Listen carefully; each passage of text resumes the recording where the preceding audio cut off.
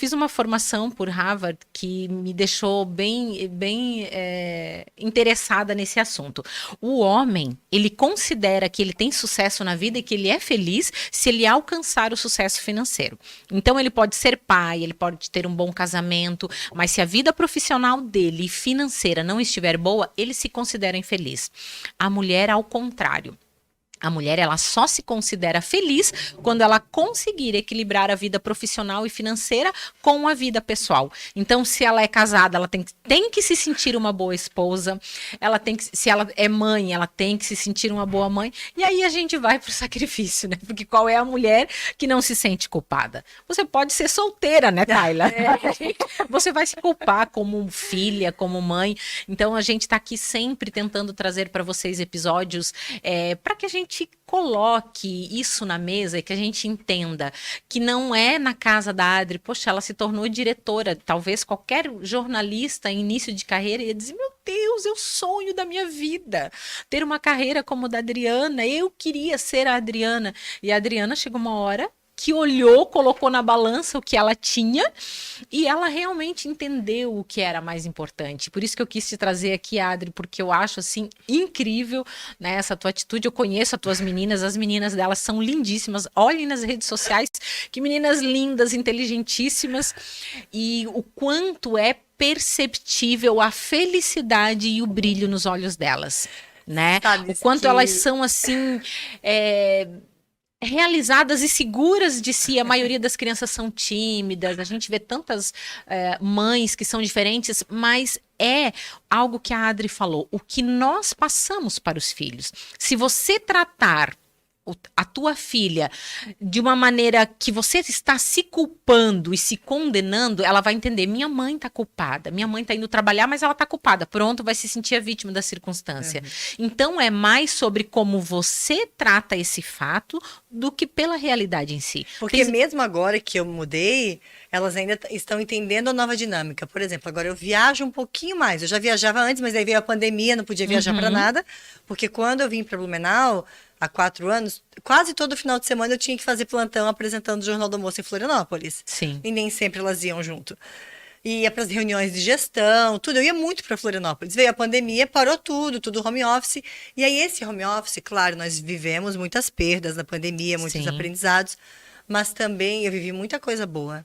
Eu pude ver a minha bebezinha começar a engatinhar, começar a andar, coisas que com o advento da creche, quem vê isso de perto são as professoras muitas vezes. E se vocês pararem para pensar e calcular, quando a gente tem esse ritmo, né, maluco, de deixar a criança cedinho, buscar tarde, a gente fica uma média de 2 horas com as crianças por dia. 2 horas, 2 horas e meia. É muito pouco. Então, o que eu explico, por exemplo, semana passada eu fiquei 2 dias em Florianópolis, inteiros, num evento no Costão do Santinho. Só que daí, a sexta-feira, eu não fiz agendamento nenhum para poder pegá-las mais cedo na escola e ficar com elas à tarde. Então, o que eu tento explicar para elas é que eu amo trabalhar e que o meu trabalho é para mudar o mundo, tanto que quando eu fiz todo o meu desenvolvimento de marca, que o pessoal pode conhecer lá no meu Instagram, que é o @Adriana_Kraus, tá lá, o meu propósito de vida é comunicar e agir para causar impacto positivo no mundo. Então, eu tento mostrar para elas que o que eu faço, que o que eu faço é plantar sementes e regá-las para o mundo ser melhor. Tanto na literatura, Sim. não só com os livros que eu escrevo, muito mais do que isso. Eu faço muitos cursos e estudo muito sobre o impacto emocional, Tayla, do momento de leitura dos pais com os filhos. Porque para eu ler um livro para minha filha, eu preciso estar literalmente presente naquele momento, de corpo e alma. Eu não consigo usar o celular e ler um livro ao mesmo tempo. Aquilo é tempo de qualidade na veia. Então, ler com as crianças é muito mais, porque o senso comum diz o seguinte: leiam para os seus filhos, para eles ficarem inteligentes, terem vocabulário, escreverem melhor. Não é sobre isso. Isso vem no pacote. Mas quando a gente para ler para os filhos, é conexão. É amor, é criar memórias para o resto da vida. Então, um dia a gente vai poder dizer que a gente se arrepende de ter usado muito celular, de ter trabalhado demais, mas nós nunca diremos que nos arrependemos de ter lido demais para eles. Porque quando eu fico com as minhas filhas e leio com elas, ali observando, deixando... E como é importante, O coração né, fala mais essas alto. memórias afetivas que são criadas nesses momentos, né? Eu me lembro que o meu pai foi quem me ensinou a cantar. Eu era um toquinho de gente, mal sabia falar e Já ele cantava. já cantava, né? A minha mãe me botava na frente da TV, ouvindo, ela gostava de ouvir música pela TV. E eu já cantava, e o meu pai às vezes pegava o violão, começava a tocar e cantar, e eu ficava ali perto, e são memórias assim que eu tenho visuais assim na minha mente, sabe? E são coisas que são tão importantes para uma criança que a gente carrega para a vida. E eu ouço o seu relato agora e eu imagino que quando as suas filhas crescerem, elas também vão ter visuais na memória delas, esses momentos que você lê para elas, e é muito importante isso. É, a Realmente Pra não elas é e pra só... mim também. Exatamente, pra Memórias ti pro resto da também. vida. Exatamente, não é só pelo fato do desenvolvimento da inteligência ou algo assim, é muito além disso, realmente. É muito importante. Nós que lidamos com o comportamento, né, Tayla? A gente fala sempre aqui, o pessoal já ouviu algumas vezes a gente falar a respeito disso, e a Adri é um exemplo. Os pais costumam reclamar dos filhos: meu filho não se interessa por leitura, meu filho só fica no computador, não quer saber de exercício, aí critica o filho, algo que nem ele faz. Né? Bem Se comum. vocês observarem os stories da Adri, ela tá sempre postando ali, de vez em quando ela está se arrumando para ir para algum evento, alguma coisa, e as meninas estão lendo para ela.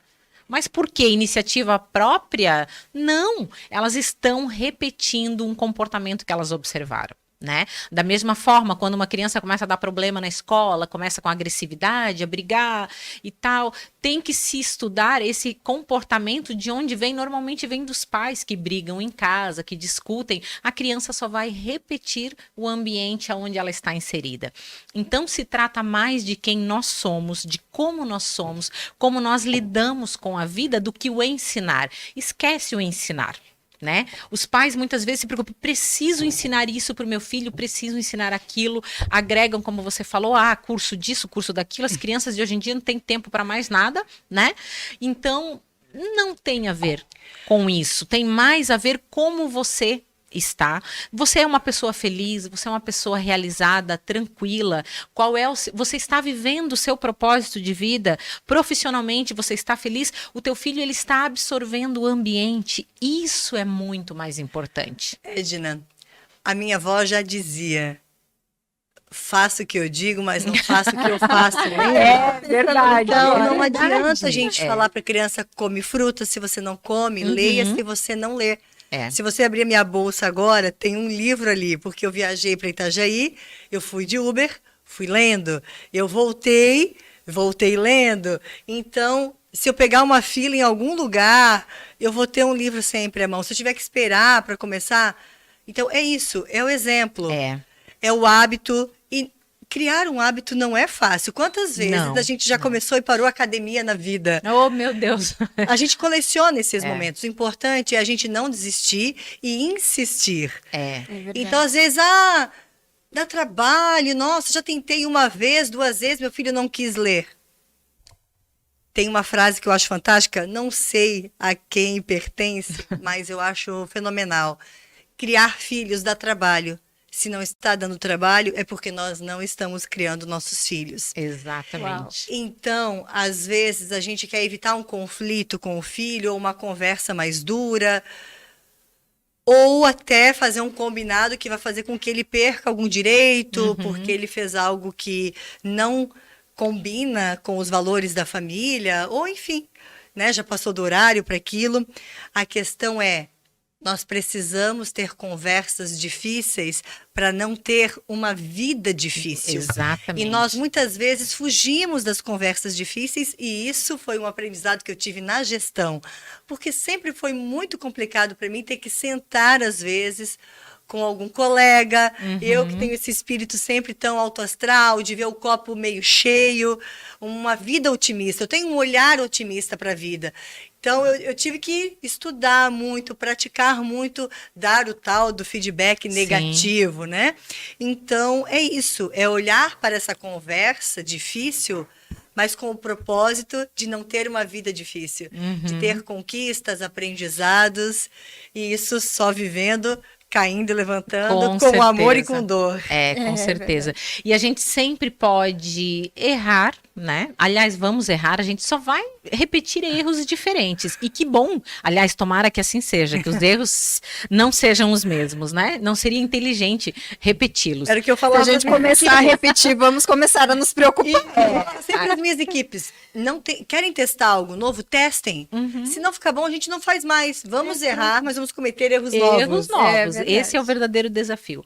E para você que está assistindo a gente, eu espero que vocês se inspirem no exemplo da Adri, né?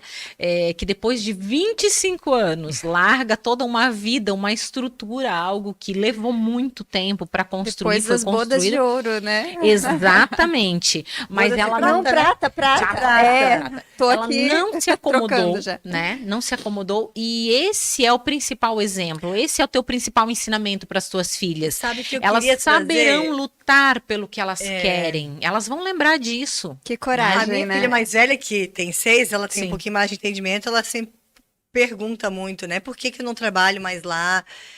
A minha conclusão é que nesses 25 anos, né? Eu aprendi tanto, tanto, tive tantas oportunidades, eu só agradeço e honro o caminho que eu fiz. Eu não saí porque eu não gostava do que eu fazia. Eu saí porque essa Adriana tem um potencial para muito mais. Essa Adriana que virou mãe, tem 2 filhas, e foi depois que as minhas filhas nasceram que eu desengavetei, por exemplo, o projeto da literatura. Que o meu livro estava lá, quietinho, e aí quando a minha filha mais velha nasceu, eu me perguntei, tá, eu vou ser uma mãe, um exemplo de mãe que deixa projeto engavetado ou que realiza projetos? E aí eu fui Uau. atrás da publicação do meu livro e publiquei. E essa Adriana, que está aqui agora, depois de 6 anos de maternidade, foi amadurecendo essa ideia que na pandemia saltou aos meus olhos e ao meu coração. E aí eu comecei a olhar para o mercado com outros olhos, aberta, porque quando eu não estava totalmente certa da minha decisão, eu não me abri para enxergar oportunidades. Sim. E aí comecei a olhar. E Opa, você teve medo, Adri, Claro. de empreender? claro. De 1 a 10, na escala de 1 a 10, quanto foi medo? Ai, eu não sei se foi tanto medo. Acho que foi mais um pouquinho de insegurança.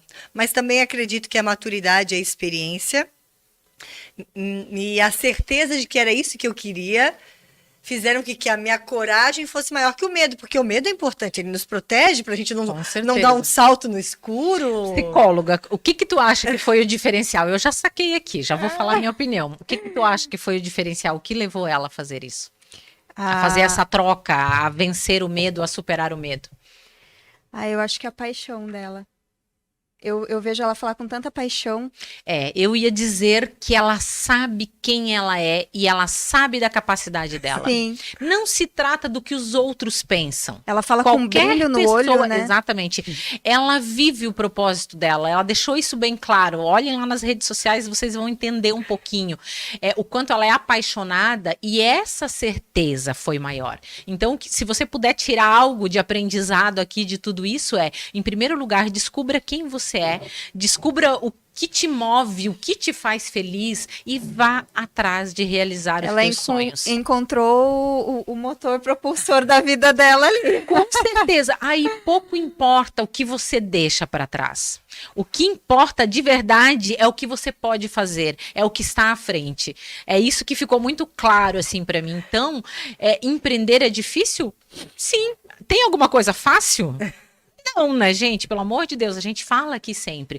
Nós não conhecemos nenhuma pessoa que conseguiu algo na vida, que se tornou exemplo. Não conheço nenhum palestrante de sucesso, escritor de sucesso, que nasceu em berço esplêndido, ganhou tudo de mão beijada. Até porque isso não vem de livro, isso não vem de história, né? Não é legal. Todas as histórias têm um percurso, têm os seus percalços, têm as suas dificuldades. O diferencial está no quanto você acredita em você. E se você não acredita, trabalhe nisso, trabalhe em mudar quem você é, não é as condições exteriores, porque a Adri escolheu o pior momento para empreender. Eu mesma olho e falo, gente do céu, mas eu fiz isso também lá atrás no passado, e exatamente pelo mesmo motivo, porque eu estava trabalhando no banco, eu já tinha chego ao cargo máximo dentro da instituição, e eu sabia que eu poderia ir muito além.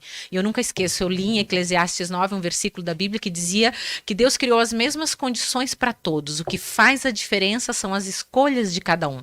E aí tinha um outro capítulo, um versículo que dizia assim: é melhor ser um cão vivo do que um leão morto. E era isso que eu me sentia. Eu sabia que eu tinha capacidade, que eu poderia ir muito além. Eu já dava palestras dentro do banco, era isso que eu amava fazer, mas eu não tinha coragem de largar o salário fixo para viver. E pensava, uma coisa é eu gostar de dar palestra, outra coisa é as pessoas pagarem para me ouvir.